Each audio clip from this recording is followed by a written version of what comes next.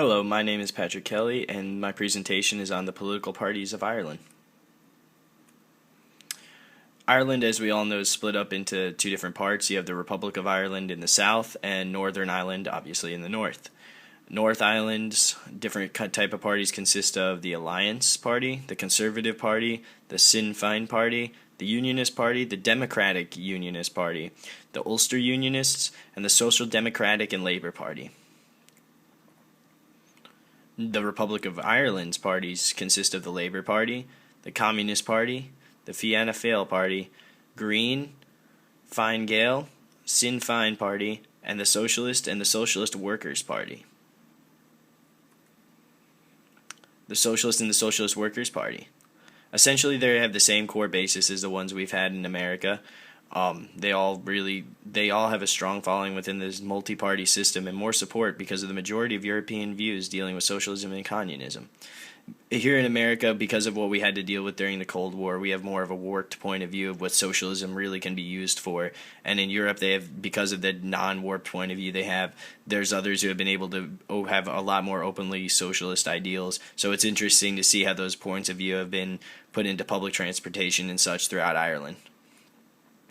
The Sinn Féin Party is one of the predominantly Catholic parties in Ireland, and their main focus is the full unification of North Ireland and the Republic. They wish for full independence for the North from the English. However, as we will hear later on with the Irish Republican Army, who used force to accomplish this, they wish to do this solely politically and as legally and everything as they can.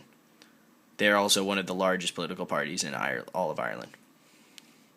The Labour Party. This party has four different basic principles of freedom, equality, community, and democracy. And you can follow the link in the Works Cited page to the link, and you can read more about their ideals and what they actually go for, the specificity of all of them. And here's a quote from the Labour Party website. "These are the values which have ruled our major campaigns and our political activity, whether in opposition or in government. Essentially, whether they was against their government or for their government, they went for it no matter what, as long as it was with these four beliefs." The Fianna Fáil Party represents the mainstream of Irish life. Their party is also known to have the longest track record in Ireland. There have been other governments characterized by their opposition to this party. There have been other parties who just did not like them so much, or that they had enough haters out there that they actually had enough people want to start a new government for it. I thought that was pretty interesting. They're definitely one to read up on a little too, and how they contribute to Irish life and how the stereotypical, I guess, Irish person should live. I guess their party would give you, as an American who doesn't know a lot about Irish politics, what the normal Irish believes. The Green Party essentially is the exact same here in America. They focus on peace, democracy, social justice, protection of the environment, and the protection and use of natural resources as well. It seems that this is a trend in every country to have a Green Party like this. The Communist Party. Obviously, followers of the Communist Manifesto, Marxism, its beliefs, and to have essentially a government-run everything, government-run country, government-run everything, has a stronger presence in Europe than in the United States, obviously because of what I mentioned earlier during the Cold War and our warped point of view. They want to make Ireland more socialist and less of a capitalistic society, according to their website. I wouldn't view Ireland as nearly capitalistic as us because of their other socialist values. However, it's interesting to see how the combination of all that can fruitate. The Alliance Party, they wish for essentially everyone to work together to create a better society. My opinion, might be a little unrealistic, but who knows? It could. They could do that.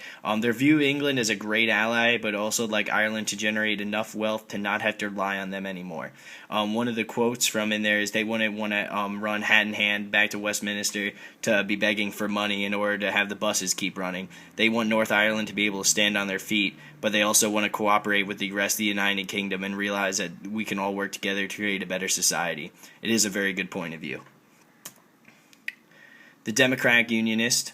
"We want the name of Northern Ireland to be synonymous with progress." That is a direct quote from their website. They would like to make a North Ireland as independent and strong as they can, but also want to make their connection with England and the rest of the United Kingdom stronger, which could take independence that much longer to take hold. They want to have, they want to be such strong allies with England that they believe North Ireland can be independent, but they still also want to be more a part of a uniting kingdom than more of just a specifically independent Ireland. It's a touchy subject either way. It really depends on your point of view of it, but they definitely have a strong following over there, and they do have, especially in North Ireland, but definitely would be opposed by probably the IRA and the likes of them. Social Democratic and Labour Party.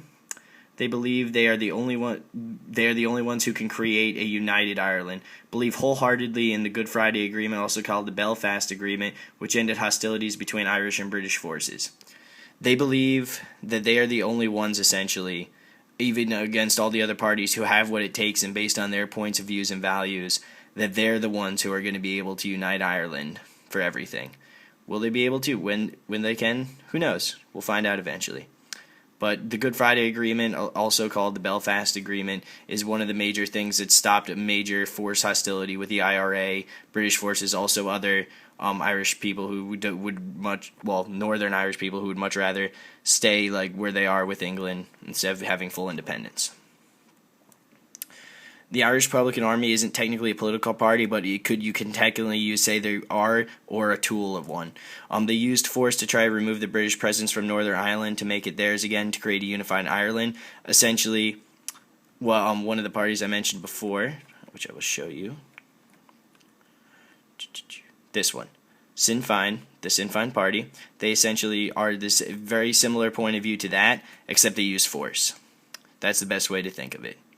Not as active as much since the 1990s, they are still known to have the capabilities to pull off paramilitary operations, according to the source in my works cited.